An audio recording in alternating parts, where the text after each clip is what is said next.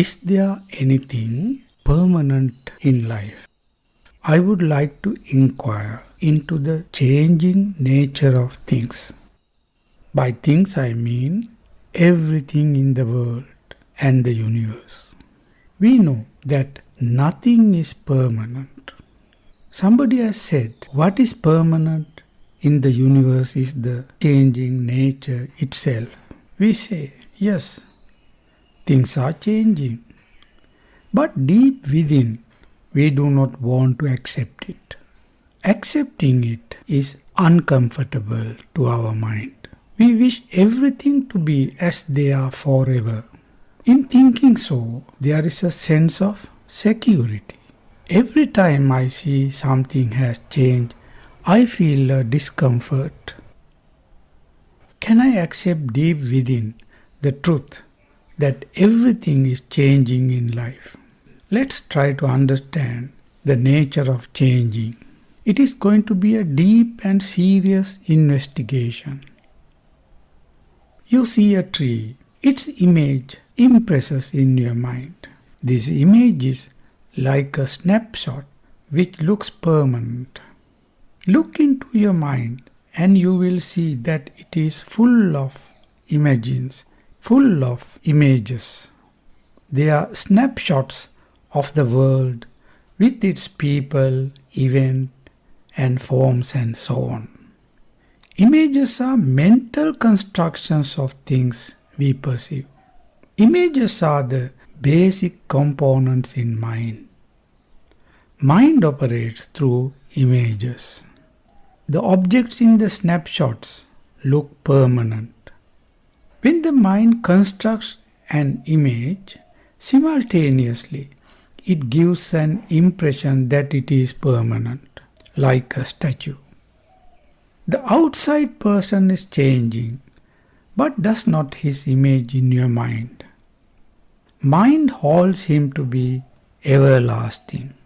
This is the nature of mind. It wants things to be permanent. It is like taking a photo of a moving object. In that photo, the object is still, unchanging. It seems that the mind is incapable of seeing the changing process of the object. To put it differently, the mind prefers to still photos rather than movies because it is convenient to deal with still figures. I cling to my images dearly, but nature does not allow me to cling or cling to anything. Everything in the world is changing in varying degrees. Nothing is permanent in the universe. Every time I take a thing to be permanent, I am disillusioned. We take the images in the mind to be real and permanent. As mentioned above, it gives a sense of security. But are images real? Obviously not. Why? An image is not the actual thing, but a mental construction of it, like the moon on water. You may love the moon on water, but the actual moon is outside there. The actual thing has nothing to do with your image. So, all the images in the mind are not only impermanent, but also unreal. Images are imaginary and therefore non-existing. Now, the most important question. What is the central image that gives rise to all other mental images? Have you ever wondered what it is? The central image is the self-image, or I, me, myself. Isn't so? To me, I am a permanent self, a permanent person. I have lived in the past, I am living in the present, and I will live in future. The mind needs to cognize not only myself but also others as permanent. So whatever it perceives is taken for granted that it is real and permanent. For instance, a river looks permanent, but actually it is in flow all the time. It is never the same. It is new every moment. So the images I have constructed in mind deceive me. The sense of my permanency is strong. When religion says the soul is eternal, I am pleased. But am I a permanent self, a permanent person? Yes, to the mind I am permanent. The notion of permanent self is the greatest self-deception. My mind is not willing to accept that the self is ever-changing. It is comfortable to think that I am a fixed person. I cannot continue to be myself if it is a flowing thing like a stream of water. It is difficult to grasp a flowing current. In the actual world, both I, myself, and the others are changing. But the change process goes unaccepted and unnoticed. We notice a change only after it has occurred, but change is continually occurring. It is so subtle. How does a thing change? Observe closely and you will see. Things in nature change through a process of pulses, rising and falling. The whole universe is pulsating. It comes into being in a pulse and disappears with it and comes back again with the next pulse. When it happens serially, one gets the notion that universe is permanent. Now this pulsating nature is evident with atoms. Though an atom looks permanent, in fact it is in motion.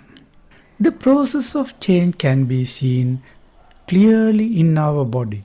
There is a rise of life energy like a pulse. It slowly weakens and falls away. Then there is an interval of nothingness. With the next pulse, life rises again. You can incessantly watch this rising and falling of life energy. If the whole universe itself is in a flux, coming and going, how can you be a permanent person? The whole concept of permanence is illusionary. Then the question arises, is there anything to hold on in life? When everything is changing, what is there to hold on? You cannot hold on to anything. All are unreal except the present moment. You actually live in the present moment, but even it cannot be held. All we can do is to live from moment to moment in the present. I would like to inquire in this context the nature of birth and death. In nature, we see things come into forms and then disintegrate like bubbles on water. The body grows up to a certain point and then begins to slowly decay and comes to an end. A birth is a biological phenomenon. When you conceptualize it as a person being born, it registers in the mind as an image. Thus, you create an image of a person born and you hold the image and nurture it. When the person dies, you grieve because that image is a part of you which has been lost. If you did not create an image, then there is no sorrow when the person ends. Let me explain it by an example.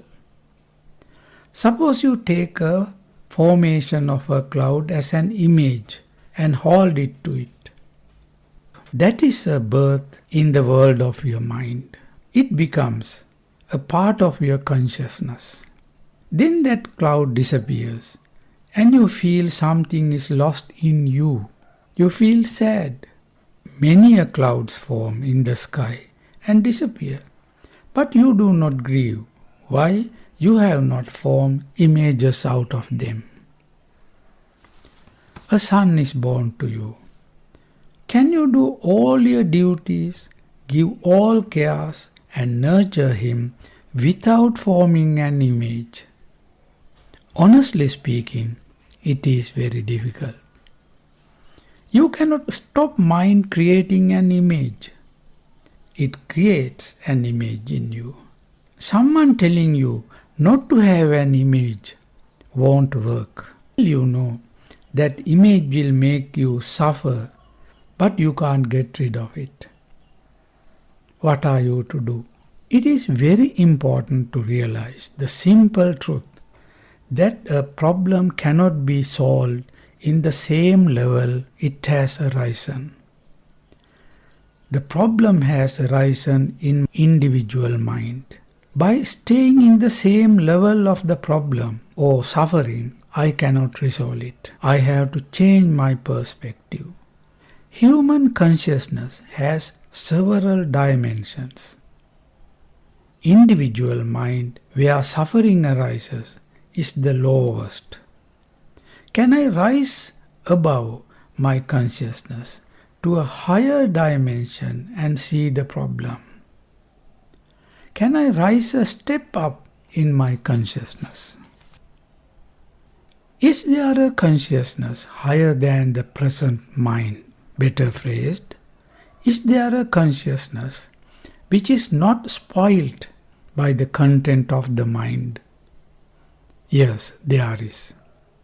We seldom experience such a higher dimension. What is it? It is holistic, where things are seen not as separate phenomenon, but as a whole in a wider scope. In that dimension, you see individuals are born and dying. They are coming and going. It is the nature of the world. Everyone born goes on his journey, so do you. All coming together are temporal. People meet and then depart, going their way. Grasping a sentient being as my father or mother and wishing to be with him or her in life is ignorant. We have to discover that which is beyond mind. From the perspective of the cosmos, there is neither birth nor death. It is there. The cosmic consciousness is there, without a beginning or an end. The matter formed in the cosmos, in its process, takes up various forms and then disintegrate and disperse. Nothing is created nor destroyed. Only the forms change. If you take any formation as birth, its disintegration is seen as death. The ultimate truth is that there is no birth nor death, only the pure existence.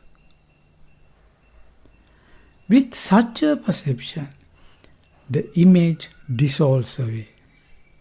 But of course, you cannot remain forever in that holistic perception. But in that moment of insight, the mind frees from the images in the individual mind. The insight brings in a deep sense of freedom, which heals the suffering.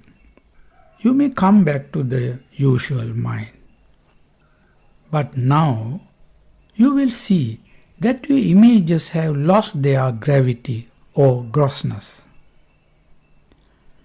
The problems, crises, and the insecurity in life and of the world demand you to transcend the world of images and found yourself on that dimension of no mind, no form, no images.